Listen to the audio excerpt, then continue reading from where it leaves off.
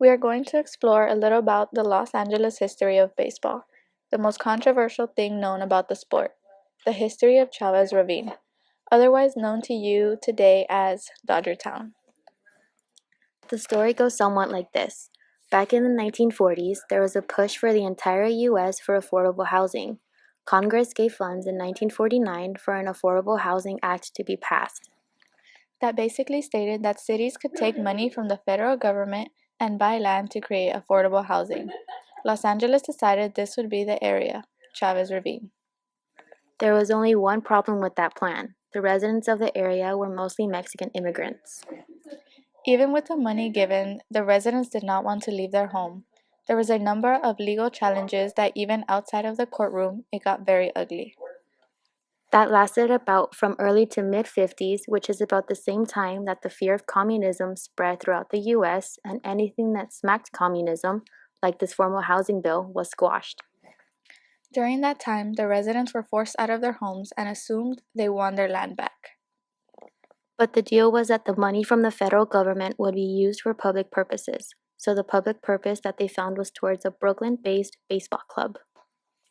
What is little known of this area is that this area was developed mainly with private money, not the public money. Ultimately, the whole situation lasted through the early 60s when the last resident was paid $10,500 for his home. And that's when the Dodger Stadium was built to what is now. Santa Monica is beautiful. Who wouldn't want to live there? It's really close to the beach and you get to see the beautiful sunset every day. When would you ever get a complaint about living there? Some people see gentrification as a positive thing. Others see it as a form of oppression. Yeah, it's beautiful and all, but how many people do you have to kick out in order to renew the city? Santa Monica was once full of Latino culture until many people took offers from banks to move out in order to renew the property that they live in. And soon after its remodeling, they would rent it out for way more expensive price. With urban renewal in one part of the city, it caused a ripple effect in which all Santa Monica was gentrified. Many people were given offers and turned them down. There are still some houses that have remained over the years and have little to no change. Those people stood their ground and knew that their property was valued way more than what the banks were offering. Many of the houses were destroyed to make room for dealerships, for the expansion of apartment buildings, and we can't forget about the promenade that they've just built. Some people believe that gentrification is a positive thing. Some people thought renewing the city would reduce crime rates. In Santa Monica, there was an abundance of gang life. One of the most known were the Sotel gang. Because gang violence, many officials took that as an advantage to get the Latinos out of Santa Monica. They implemented the one-strike rule. If anyone were to get police complaint and actually get charged for something, they were forced to move out of the area, hence making it easier to get what they wanted. Santa Monica is a beautiful place, yes, but it can get ugly if you can't pay the price.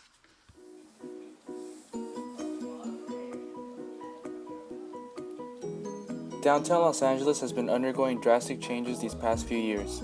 These changes include an influx of new apartments, new businesses, and have transformed the sense of community in downtown LA. These changes have attracted many new residents to move to this new and vibrant community in order to enjoy the artistic and cultural experience that downtown can offer.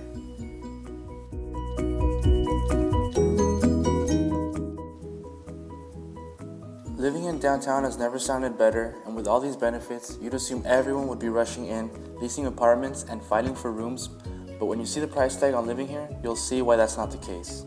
On average, the cost of living in an apartment in downtown Los Angeles is $3 to $4 per square foot. So if we do the math, living in a 1,000 square foot apartment can cost you up to $3,000 to $4,000 a month, and that's just housing alone. This high cost of living can only be afforded by the upper class who bring money into the local economy and in the process begin to change the dynamics of the community. Since the transformation of downtown LA, the costs of living and retail space have raised by 50% in the last decade alone. This huge spike in costs have had crushing effects on the local community. Part of the appeal of downtown is the fact that it is usually a mixed race area with many mom and pop shops whose market are tourists and residents.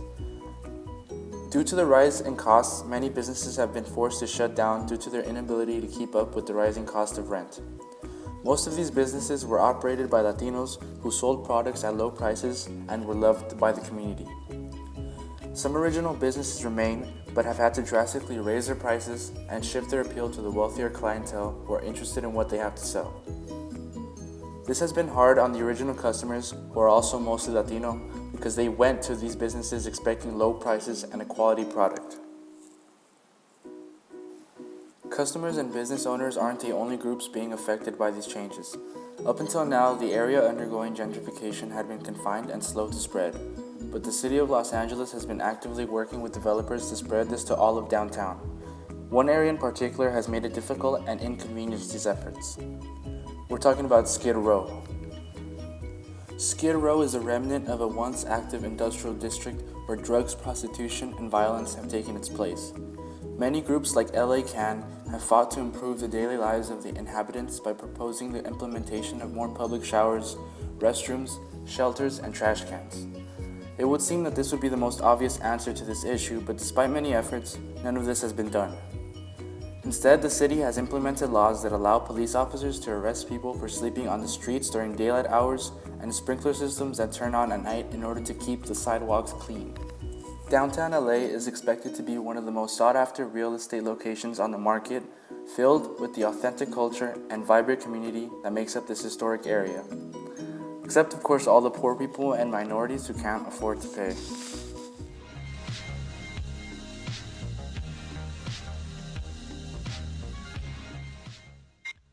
When people think of Inglewood, they might not have the best impression of it.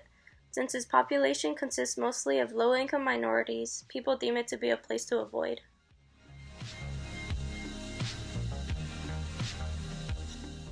However, that might all change with the possible gentrification that's already beginning to form.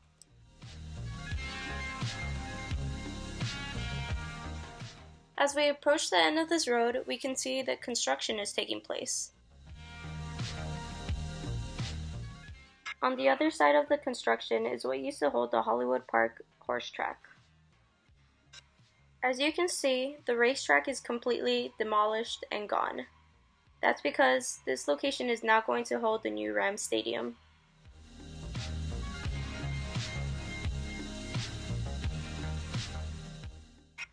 Right next door is the Forum.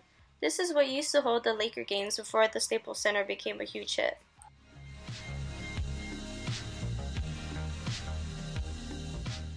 Another well-known location is LAX, which is just 3 miles east. This will certainly be convenient if the new Rams Stadium is going to hold the Super Bowl in the upcoming years.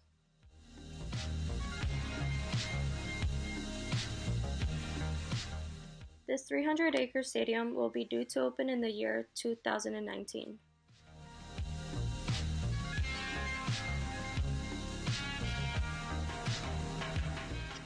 As mentioned before, the majority of Inglewood consists of minorities, so the building of the stadium is threatening Black and Latino populated neighborhoods.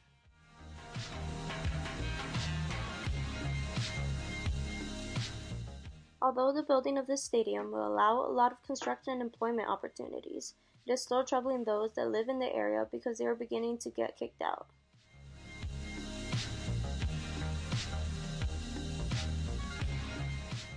So will the building of the new Rams Stadium benefit or cause a downfall in Inglewood?